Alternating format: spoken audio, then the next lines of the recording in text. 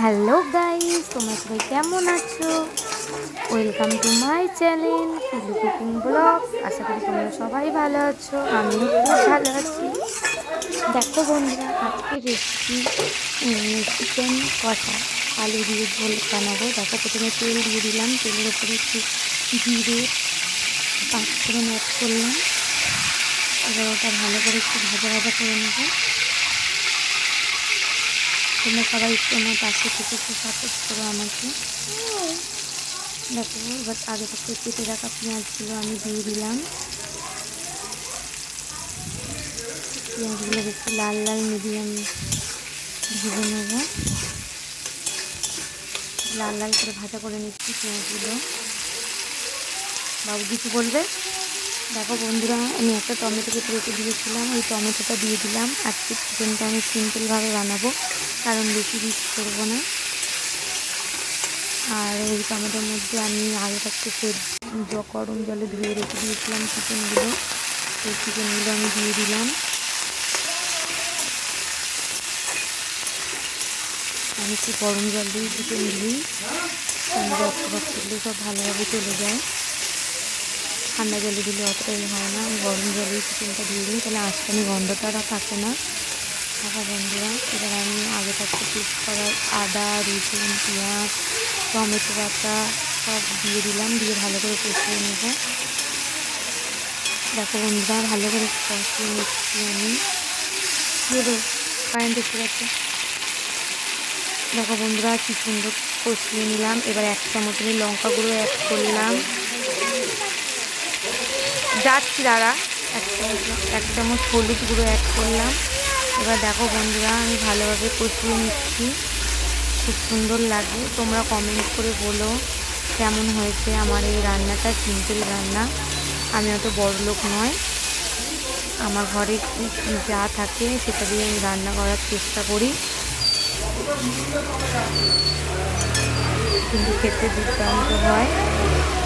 কাশ্মীরি লঙ্কা গুঁড়ো দিয়ে দিলাম। তোমরা তো জানো কাশ্মীরি লঙ্কা গুঁড়ো ছাড়া কালারটা ভালো হয় না। কাশ্মীরি লঙ্কা গুঁড়োটা দিলে যেন মনে হয় রিচ করে, না করলে মনে হয় যেন রিচ হয়েছে। কালারটা এত সুন্দর আছে, খুব ভালো লাগে।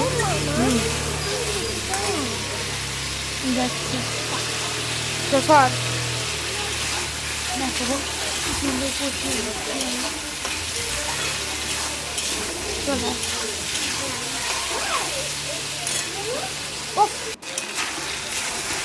দেখো বন্ধুরা, কি সুন্দর লাল লাল কষানো হয়ে গেছে, দারুণ। আমার তো খুব ভালো লাগে এইভাবে। আর আগে থাকতে আমি কিছুটা আলু রেখে দিয়েছিলাম, সেই আলুটা অ্যাড করে দিলাম।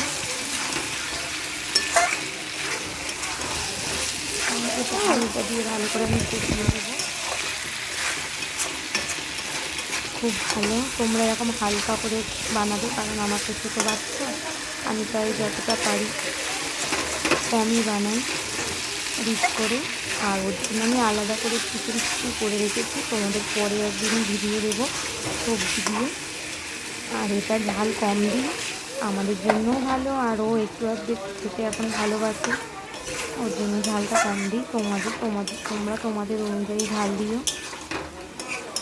আমি ওই জন্য একটু কাশ্মীরি লঙ্কা গুঁড়োটা বেশি দিই, যাতে একটু দেখতে ভালো লাগে, তার জন্য। আমার একটু পাশে থেকো, সাপোর্ট করো একটু। দেখো কি সুন্দর তেল ছেড়ে গেছে, কত সুন্দর তেল ছেড়ে গেছে। যখন তেল ছেড়ে যাবে তখন চিকেনটা কষানো হয়ে যাবে। চিকেন না করলেই হয় না, চিকেনটা একটু ভালো করে কষালে না, যদি তুমি কম মশলাও দাও, হাত ধোয়া জলও দিয়ে দাও, তাহলেও চিকেনটা ভালো হবে, তুমি যদি মন থেকে করো।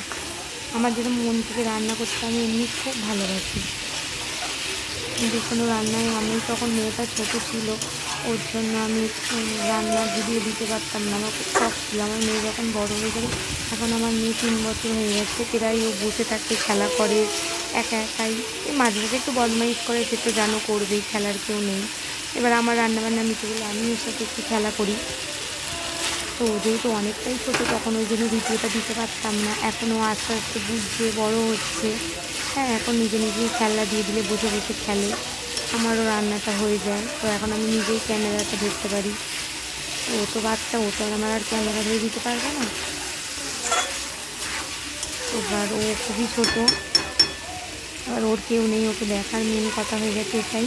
ও ঠাকুমা নেই, বেশ কয়েক বছর আগে ঠাকুমাও মারা গেছে, দাদুও নেই, দাদুও মারা গেছে। এবার মানে ওকে ধরার দেখার মতন কেউ নেই। সংসারে সমস্ত কাজই আমাকে করতে হয়, এই রান্না বান্না, বাসন ক্যাটা, মেয়ের জামা কাপড়। দেখো বন্ধুরা কত সুন্দর হয়ে গেছে, জল দেবার পরে কত সুন্দর। মেন কথা ওকে ধরার কেউ নেই, আমার ওই জন্য খুবই অসুবিধা হয়। নাহলে ইচ্ছে করে ডেলি ব্লগ দিতে, সারাদিন কী করলাম, কিন্তু আমাকে কে ক্যামেরাটা ধরে দেবে। এতে ওর বাবা তো থাকে না, ওর বাবা ডিউটি চলে যায়, সারাদিন আমি আর ওই থাকি, সবটাই আমাদের করতে হয়। বাবা শুধু একবার আসে, খায় আর চলে যায়, ব্যাস। দেখো বন্ধুরা জল দেবার পর কত সুন্দর চিকেনটা, আলুটা সেদ্ধ হয়ে গেছে। এটা সিম্পলভাবেই বানালাম, গরম ভাত দিয়ে ভালোই লাগে। কারণ বেশি রিচ করে তো সবসময় খাওয়া যায় না। এবার বেশি রিচ খাওয়াটাও ভালো না, মশলাপাতি যত কম খাবে ততই ভালো। এবার কষা তো ধরো প্রায়ই হয়ে থাকে সবারই। ছোটোবেলায় যখন মা মাংস করতো বলতাম, মা আমার জন্য 2 পিস কষা মাংস রেখে দেবে। এখন তো আর সেটা হয় না, আর আমার মেয়েও এখনও সেটা বোঝে না কষা মাংসের টেস্ট।